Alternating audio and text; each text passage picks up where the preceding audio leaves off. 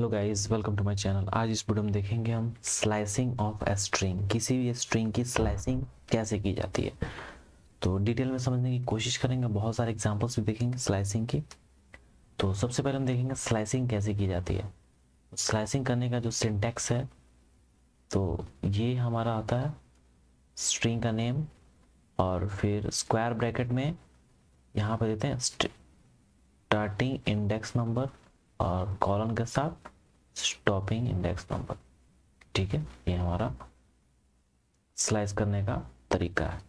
तो सपोज ये स्पैम हमारा एक वेरिएबल है जो कि स्ट्रिंग है।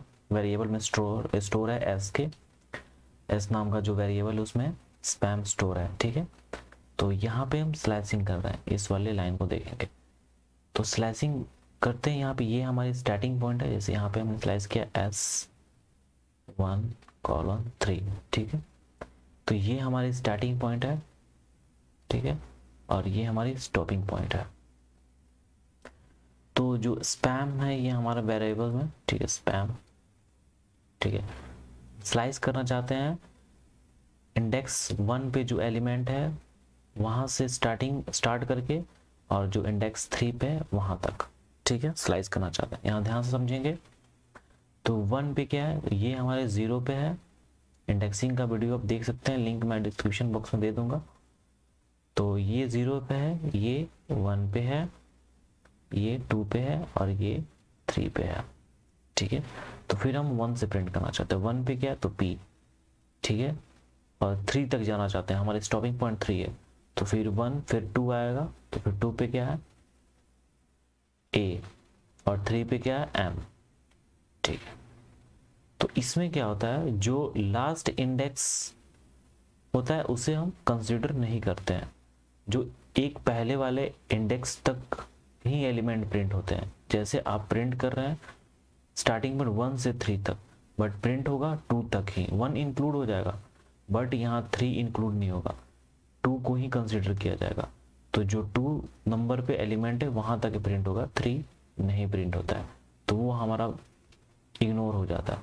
तो फिर ये हमारा वैल्यू आ जाता है P और A। अगर आप ये प्रिंट करते से S का 1 से 4 तक, तब यहाँ पे आप PAM कर सकते थे, क्योंकि 4 तो इंक्लूड नहीं होगा, 3 तक ही प्रिंट होगा और 3 पे क्या है M है, तो फिर PAM हमारा आ चुका है। 0 यहाँ पे देते तो फिर हमारा स्पैम आ जाता है। ठीक है, एक और तरीका है, किसी भी स्ट्रिंग को आप, ये स्ट्रिंग है हमारा, ठीक है, अब इसे पूरे स्ट्रिंग को प्रिंट करना चाहते हैं तो आप सिर्फ कॉलन का यूज करेंगे। मीन्स कोई यहाँ पे स्टार्टिंग पॉइंट नहीं, कोई एंड पॉइंट नहीं, तो ये हमारा पूरा स्ट्रिंग प्रिंट हो जाएगा सिर्फ कॉलन का यूज करके। ठीक है, तो यहाँ पे यूज किया गया जैसे S1 ratio means 1:3 means first element और थर्ड एलिमेंट। तो थर्ड एलिमेंट तो प्रिंट होगा, एक कम प्रिंट होता है।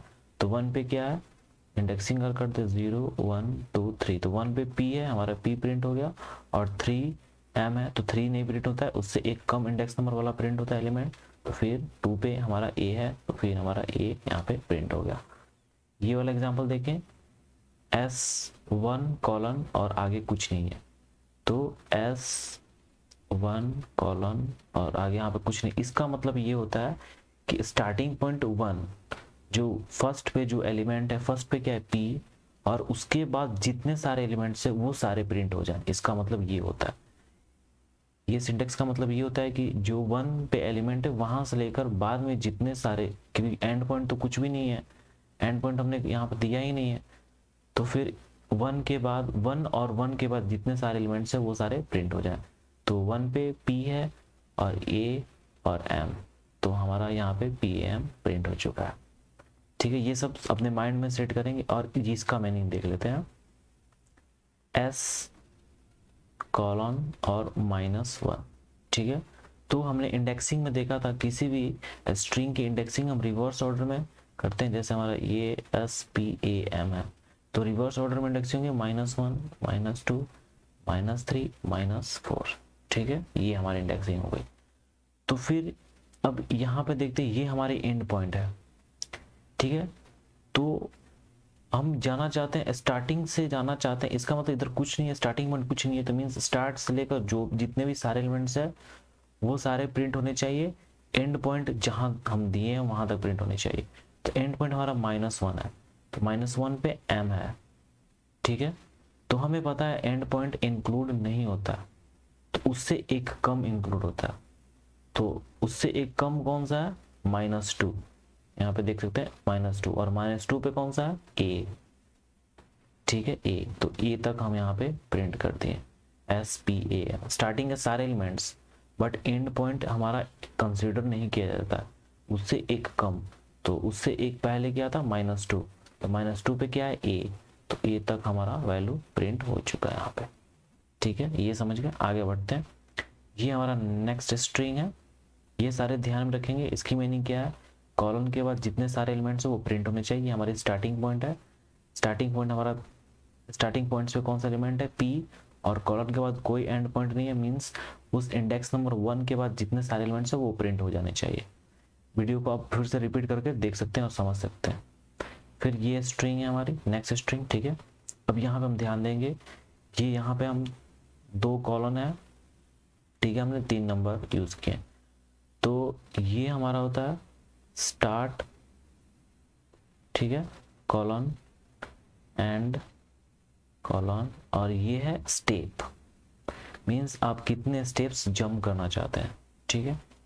जैसे यहाँ पे इंडेक्स नंबर 1 से आप प्रिंट करना चाहते हैं इंडेक्स नंबर 10 पे, 10 तक, तो 10 हमें पता है, तो 10 तो प्रिंट होगा, 9 तक प्रिंट होगा, ठीक है, और 2 स्टेप्स आप लेना चाहते हैं, ठीक है।